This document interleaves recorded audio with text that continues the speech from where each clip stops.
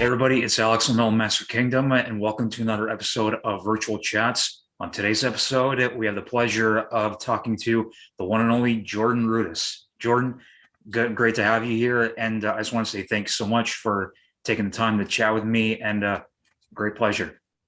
Awesome. Nice to be here with you.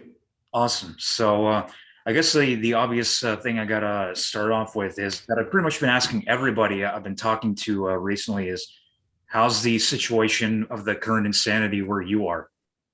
It's getting a little bit better. I think people around me are getting vaccinated in this area, and I noticed the numbers have dropped as far as hospitalizations and everything.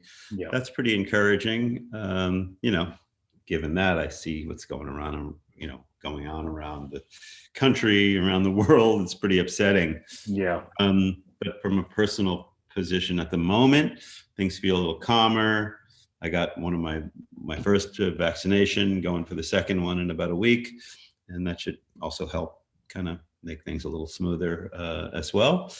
I just hope that things in the bigger picture can continue to settle down, and people are smart and paying attention to what science is saying and requesting, and not being too crazy. And the world is just in such a weird state. It's unbelievable what people are thinking out there. But we just need this. We need to get over this and move on. Exactly. Are you in New York at the moment? Yes, I'm in New York. Where are you? I'm in Toronto. Oh, okay. Very good. Yeah. So Cool, I think things are up here. Like, we're back on lockdown again. So who knows how long that's going to last. It's always changing. So, are you able to make any appointments for the vaccine, or where's that at? Certain age groups are. My age group, I'm in my late 20s. They did say that you could, people 18 and up can start making their appointments. They just didn't say where exactly and which locations in the city yet. Oh, okay. So, not quite there yet. Yeah. Yeah, things are still getting kind of sorted out or anything. Right. Got it. Yeah. Moving on to like the positives. So yes, for the sure. main thing that we want to talk about is everyone's really excited about the new Liquid Tension Experiment album. Now, Cool. It's your first one in 2 decades, and it's also been a while since you yourself had made music with Mike Portnoy since his departure from Dream Theater. Right. He and John reunited on John's last solo album, but for you yourself, how was it for you and Mike to reconnect both personally and musically? Well, Mike and I have always kind of like stayed connected through the years. We even did a Cruise to the Edge performance together. Most people know, not that many years ago. And we both been really wanting this Liquid Tension thing to happen, kind of putting it out there. And of course, various factors contributed to the fact that we didn't do it before this. But finally, partly due to the fact that we were all home, because of COVID, we were like, okay, well, it's time to do it. Let's do it. But it was great getting together again. It was just, it was so natural. We just walked in, we got right to work, and, there was nothing blocking just the whole experience from being productive and fun and friendly and a good time. Yeah. So the whole, I guess when you guys reconnected, you guys said like, we're not going to tease anything on social media until you had a finished product, and then you put it out there. Mm-hmm. Right.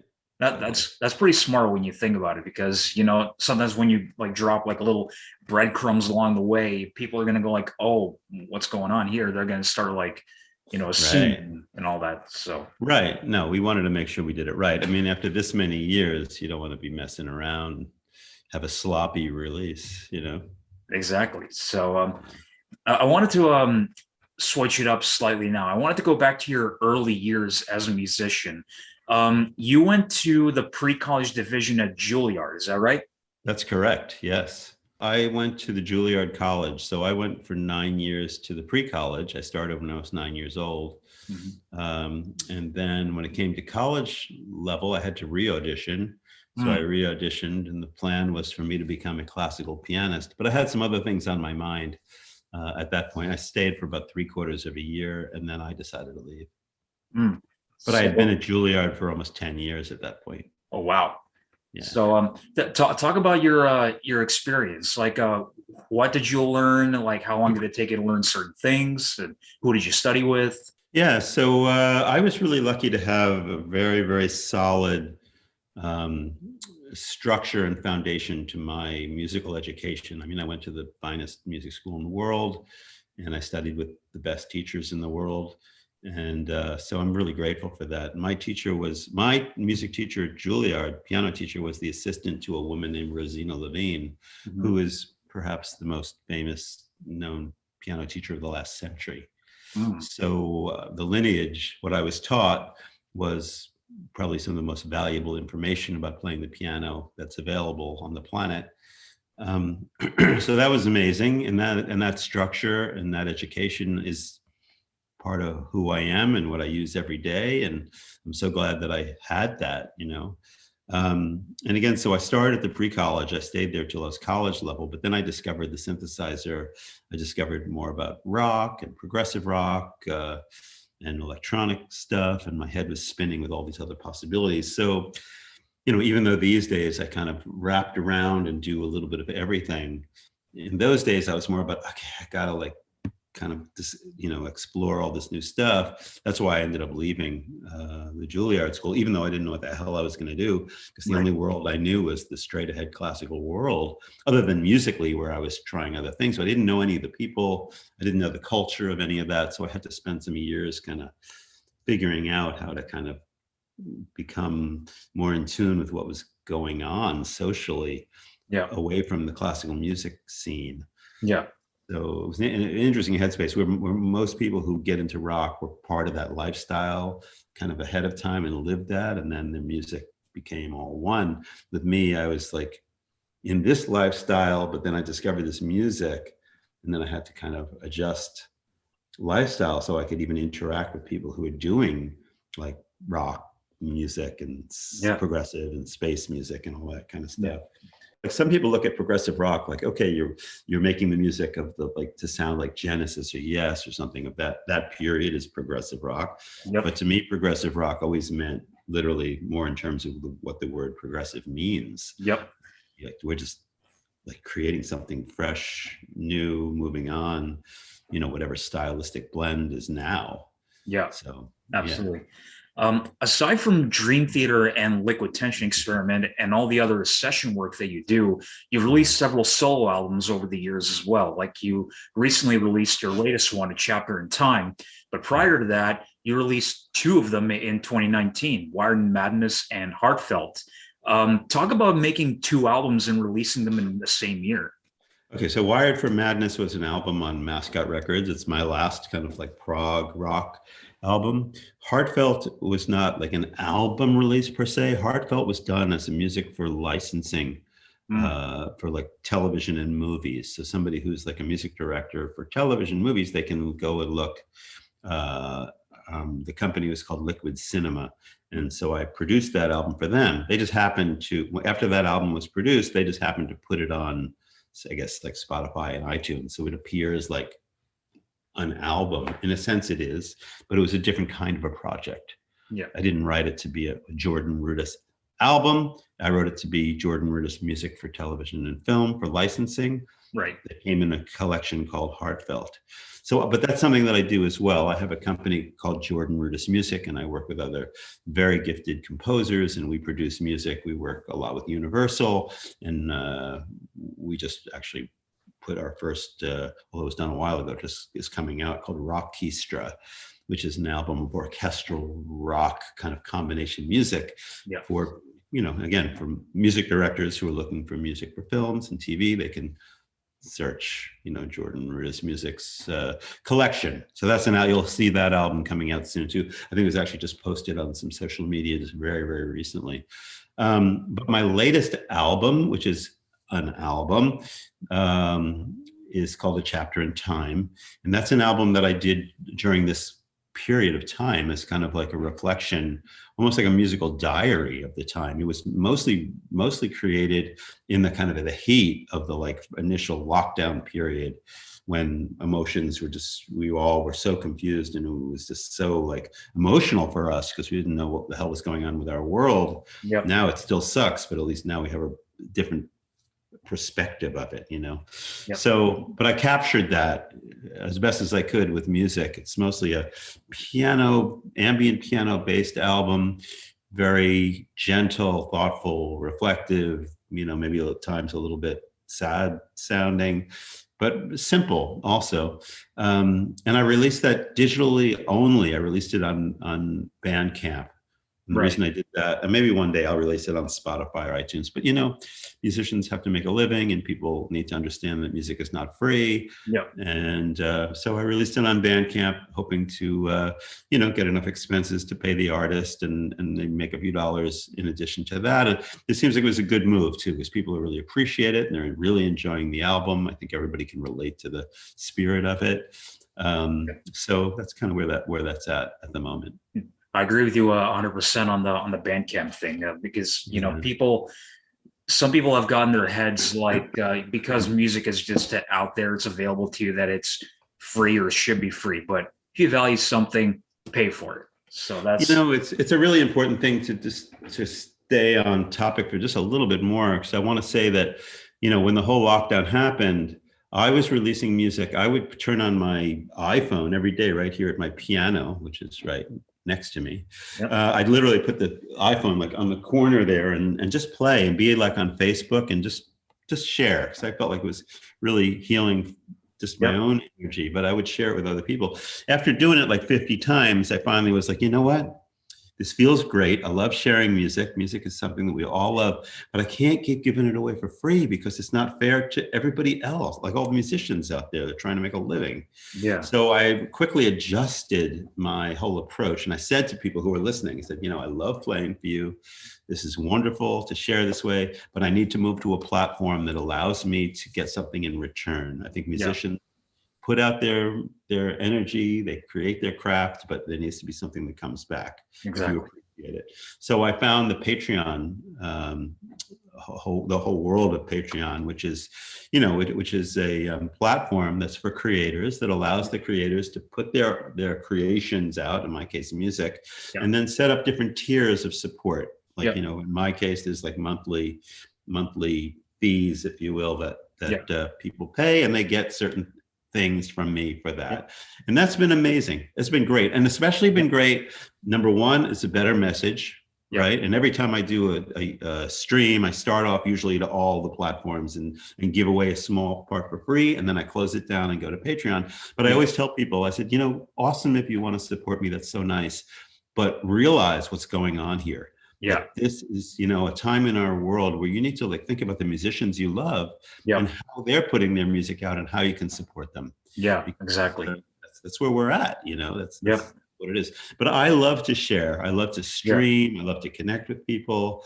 You know, I just did this cool thing on Patreon where I asked people to help me name the tracks for a chapter in time. And it was really engaging for people. They loved it. And and everybody kind of chimed in with great names. And I was like, wow, this is awesome. You know, besides just sharing music with them, I'm also kind of bringing them into the process. And exactly that, you know, it's a good feeling. Yeah. I was actually going to ask you whether you moved towards the Patreon route and that did something like that. So that's really cool that they did that.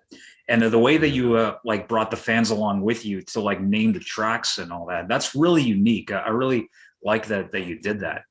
It was cool. It was, you know, it's all an experiment. So I'm just getting used to the platform, but I'm discovering what people, you know, enjoy, what's engaging for them and what they're interested in. Have you thought about Twitch?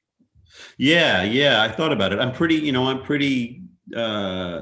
involved in the Patreon thing. It takes a lot of time. And I'm thinking about maybe, you know, to add more to my life is, you know, just adding more, but it might be cool because I think it'll get a different audience. It's a little bit different than Patreon. Yep. So it is possible that I would add that as an element, only this certain amount of time in the day. I'm not sure how many different things I can do. Yep. But, I am into this stuff. I like technology, and perhaps Yep. I'll add a Twitch element if I can swing it. Absolutely. So I have a few fan questions from Facebook and Instagram, if that's all right. Yeah. So, okay. So my friend Alex Ott from Facebook asks, what is your favorite Dream Theater record? Oh yeah, that's really hard to say. It probably changes daily, In the old Yeah. days, I used to say 6 Degrees of Inner Turbulence Yeah. was my favorite one. And some days maybe it's Scenes, other days it might be The Astonishing. Yeah. And then, these are all like children for us. Yeah, exactly. We put everything we have into it, all our creativity, all our inspiration, all our time, Yep. and very connected with all of it. Yeah. There's certain tracks, that are like kind of like my favorite to play, like something like Dance of Eternity is Yep. awesome to play. And I did a piano arrangement, which I often feature in my solo piano concerts. Yep. Of which I have 5 coming up in May, I should say. Nice. Check my website. Finally going to get out and play. A little easier to do like solo things rather than, group things, which of course the world is not in a position to deal with at the moment. Yep. But I think I'm going to get out and be able to do these solo things, which are booked, and all the dates are on my website. Yeah. They're all on the East Coast of the US. Yeah. So favorite. I mean, it depends on the day, but those are some thoughts. Okay, cool. And my friend Tom Oak from Facebook asks, what is your favorite track off of Black Clouds and Silver Linings? Oh my God. I have to go back and look and see what the hell songs were on Black Clouds and Silver Linings. Count of Tuscany, Best of Times. Yeah. Okay. Well, there you go. Count of Tuscany was a total feature on that album, right? Yeah. Yeah. We'll say that one because that's the one that stands out. Yeah. I remember when that album came out, I would always be hearing my brother playing the solo to the Best of Times. So that one always stood out. So. Cool. Yeah. Another question from the Music Claire on Instagram. He asks, how does one approach to writing on a keyboard in a rock and metal setting when you have to compete with heavy guitars all the time? Well, don't make the same mistake that I've made in the course of the years when you present an idea that you think is heavy with some kind of like a music box sound or something like that, because the chances of the rest of the band knowing where you're coming from, if the sound is not what it's supposed to be for the part, are very slim. So if I have the heaviest riff in the world and it goes like, I'm not going to know what you're talking about unless you play it with the right sound.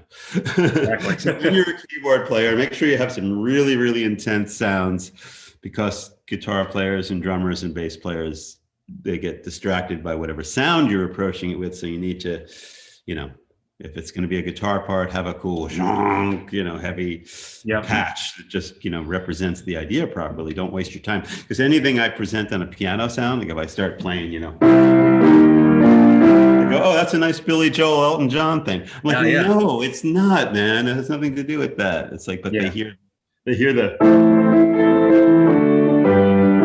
they think, oh, it's just going to be, that's Billy Joel. Yeah, exactly. Piano Man. Piano Man, anything that has a piano sound, but I'm like, oh, just try the riff on guitar, Exactly. Awesome. And one last fan question from J Diaz Music on Instagram. He asks, how do you set up your practice schedule and how do you overcome roadblocks in that process? Yeah, so I don't have a formal practice schedule right now, but over the years, I've become very good at knowing how to practice to get a lot of work done, get effective work done very quickly. Like when I was younger, I realized that, spending time working on the fingers that are weaker than the other ones were more productive than sitting there all day and practicing maybe on the stronger fingers, when what you really want to do is even out your technique. Yeah. So I learned that. And these days, when I do have a chance to practice, I can get to what I need to do quickly. And I also am very conscious of the fact that, practicing is everything, but also if you're practicing and you're not like staying loose and you're not staying fluid, you can fuck yourself up, then you're going to just ruin your career. You're not going to be playing your instrument very long. So my preference is learning and doing things that keep you kind of like loose and fluid in your movement, whether that's, like exercising or yoga or Pilates or Yep. doing, nice things at the piano where you stay loose and kind of keep your hands warm. Absolutely. That's the thought about that. Yeah, as a drummer myself, and that's one thing I also tell a lot of my students, because I'm a teacher as well, and like I tell them, being loose when you're doing anything, you're going to feel so much better and more at ease with what you're doing. So, right, you can practice all day, but if you're tight and stiff, it ain't going anywhere. Exactly, it's not gonna work. It drives my when I see other like drummers, whether they're like, I mean, I can understand when they're beginners and all that, or non-drummers, and they just play like this, or they lock up the arms. Even if I've seen a few like pro drummers like playing like that, I just immediately go, no. So can't do that. It's not cool. Well, it's terrible. It's not good. It doesn't feel really good. It's not fluid. It doesn't seem musical. It just gets very stiff, and nobody wants to feel that, both from a listening perspective, and I mean, unless you're just banging out, exactly, you can do that and be kind of tight, but you're not gonna play like Marco Miniman if you're like exactly doing that. You got to be like, making things happen that are exactly cool. like that. Right. So going back to Liquid Tension real quick, is the plan to do a few shows with the band when it becomes possible again? Yeah, I mean, when it becomes possible, we haven't really. We've discussed the fact that there was a lot of requests for us to do this, to play live, but we've also come to the conclusion that we don't know when that's even going to happen. And there's a reality that Dream Theater is, our main concern. Like for John and I, we have a lot of shows that were canceled, pushed back, rescheduled. So when things start to open up, it's going to be all about when Dream Theater can get out and play. And we'll probably do a lot of touring when it's finally open. So, and Liquid Tension, we'd love to do it, but it's not going to happen for a little while, Yeah.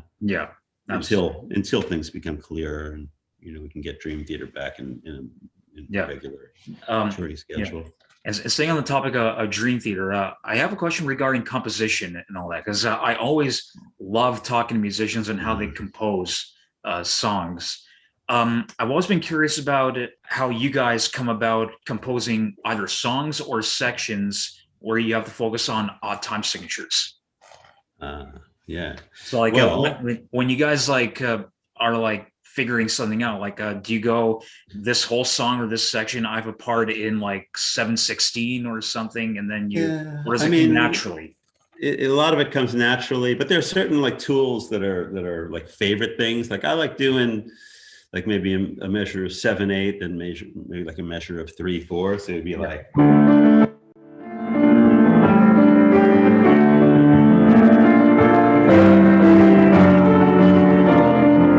I can improvise like that all day. Yeah. So a lot of things come out of improvisation. Yeah. Some odd meter things come without even thinking about it. Yeah. Like there's no, like in that case, there was a little bit of a plan. Like, let's set up this kind of a groove because we know that we like that feeling, it's kind of a Dream Theater thing, even that type of deal. Yeah. But, I could just come up and start playing something and not even know what the hell it is, and then just go, okay, let's look back and see what that is. Because, when you spend your whole life, listening to like Gentle Giant and Stravinsky and weird stuff and lots of meters, you're not always just thinking, it's not necessarily coming out always in 4/4. Yeah.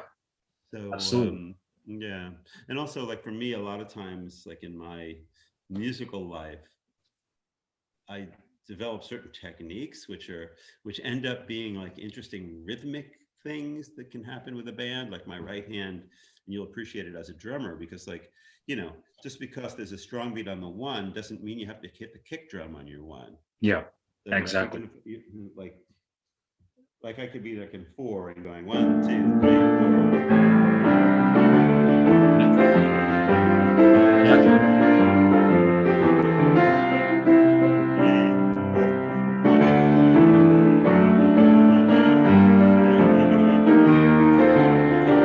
You think that if you're just listening to it, you think that the left where the beat is, but it's not. I'm still in 4. 3, 4, 1, 2.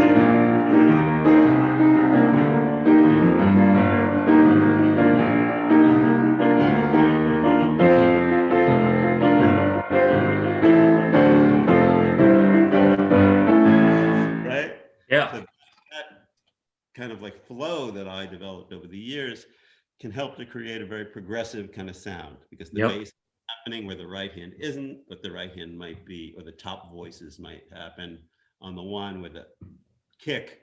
Yep. Did to go one, you have the kick drum there, Yep. right? Exactly. Yep. So that's that's part of what comes from me, that kind of. Yeah, absolutely. We just had a little jam session right there. So it's Right, awesome. exactly. So at least I can say I jam with you virtually. There you go. And You air drummed with exactly. Julliard. Exactly. I put on my legs a little bit to like keep I things felt going. it. I Yeah. was with you. So last question, and then I'll let you go. Staying on Dream Theater, you guys are, I guess, finishing the new album right now. Yep. Yeah, we're making great progress. Of course, we got an early start on it, but we've still got a bunch of work to do. All mixing and mastering and So yeah, packaging and that kind of good stuff. Yeah. When do you anticipate it'll be out? And can you maybe reveal any teasers, like any song titles? Yeah, I'm not allowed to say any song titles because there's still a lot of time to go. And of course, we'll be talking about that as we get closer. Yeah. All I can say, though, is that, I said to John Bertucci actually one night after working, all day on the album, I said, John, you know what? We are not slowing down at all here. It's like most people, when they reach kind of like our age or point in the career, you kind of feel like maybe they're playing a little slower, or, things are getting a little bit, a little casual, whatever. And you feel it. I said, but it's not happening here. So whatever we're doing, like whatever vitamins this group is taking, it's working. Yeah, exactly. So I just think that people are going to absolutely love this album. I'm so excited about it. The hardest thing about it is going to be sitting on it for a while and not talking about it and not having people hear it, because I really think it's one of our best. Yep. That's absolutely awesome. So we're all looking forward to it. And so I just want to say, Jordan, thank you so much. It was a blast to chat with you and also jam with you for a few seconds right there. Yeah, it's our first jam. I wish you all the best. And hopefully when everything returns to normal and you guys start touring again, we'll see you back up here. Perfect. That sounds like a good plan. Awesome. All right, man. Well, take care. Nice to see you. Thanks for your support. I appreciate that. Anytime. Thanks, Jordan. I really appreciate it. All right. Okay, we'll see you. Bye now. Yep.